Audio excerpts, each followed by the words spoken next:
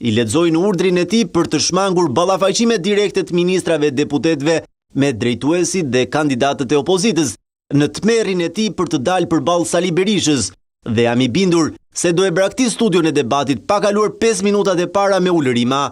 Atë e kanë nxjerrë nga binarët Ambrozia Meta dhe Baba Ramo, jo më Sali Berisha, i cili ka një program shumë konkret që jep ndihmë dhe zgjidhje çdo familje shqiptare, gjysma e cilave janë zhytur në varfëri serioze. Pse unë insistoj te 84 mandate, që të zhdukim listat e mbyllura që solli Edi Rama pa Edi Ramën, se për të qeverisur do të na mjaftonin 71 mandate që janë të padiskutueshme.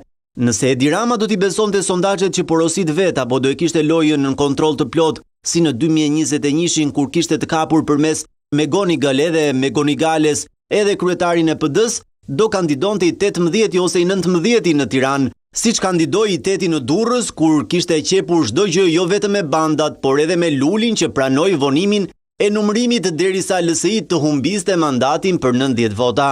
Edi Rama po shkon drejt një katastrofe, edhe pse kjo është një gare jona me një shtet mafioz të kapur totalisht prej tij. Nisur nga fakti që gjendeni në paraburgim dhe nuk e dim ende se si do të shkojë procesi ndaj jush në këto kushte, si do t'i përfaqësoni qytetarët e qarkut të Tiranës në kuvend nëse zgjidheni deputet? Unë do zgjidhem pas një diskutim me një rezultat që kurrë LSI se ka arritur dhe do i mbroj si askush tjetër interesat e Tiranës dhe qytetarëve të saj. Isha unë si kryeministër që i ktheva Tiranës parkun Rimia në maj qershor 2001 dhe nisa operacionin e pastrimit të Lanës. Isha unë kryeministër që mora me vendim të veçantë në mbrojtje teatrin dhe zonën muzeale, po kështu si president shkova vetë në gjykatën kushtetuese për të parandaluar shkatrimin e paligjshëm dhe barbar të teatrit nga Edi Rama. Në shtator unë betohem si deputet i Tiranës dhe do të jem zëri i tyre më i fuqishëm për qeverisjen e vendit. Po kështu do të jem edhe me Erisa Xhixhon që ka qenë një nga 5 deputetet më aktive të kuvendit gjatë këtij mandati dhe kryekëshilltarin antikorrupsion në Këshillin e Tiranës, i cili e çoi para drejtësisë kryebashkiakun, para SPAK-ut dhe për një krim madhor që i ka kushtuar 140 milion euro qytetarëve të Tiranës, e për të cilin SPAK-u flet se aty është vetë Edi Rama, urdhëruesi dhe përfituesi kryesor i aferës që vazhdon. Por nga ana tjetër ka shumë zëra në opinionin publik që thonë se mandati deputetit ju nevojitet për të mbrojtur veten dhe jo qytetarët. Si do të veproni për të mos e kthyer fushatën në një betejë personale për të mbrojtur veten, por të përqendrohet tek interesat e qytetarëve? Unë smerrem me zërat sorosisë se unë s'kam nevojë për të mbrojtur veten nga asgjë. Edi Ramës i duhet me çdo çmim pushteti se e di që Erion Velia, Ilir Beqja, Lefter Koka, Alqi Bllaku e shumë të tjerë po bëjmë burgun e tij. Unë s'kam asnjë shkelje ligji në gjithë jetën time. Nëse do të kishte një të tillë procesi ndaj meje do të kishte nisur prej kohësh, por këta banditë ecin me faktin e kryer që të grabisin zgjedhjet e pastaj të bëhet ç'të bëhet. Pastaj besoj se ju e keni ndjekur fushatën time. Ajo promovon programin e Aleancës për Shqipërinë Madhështore e nuk merret me çështjet personale.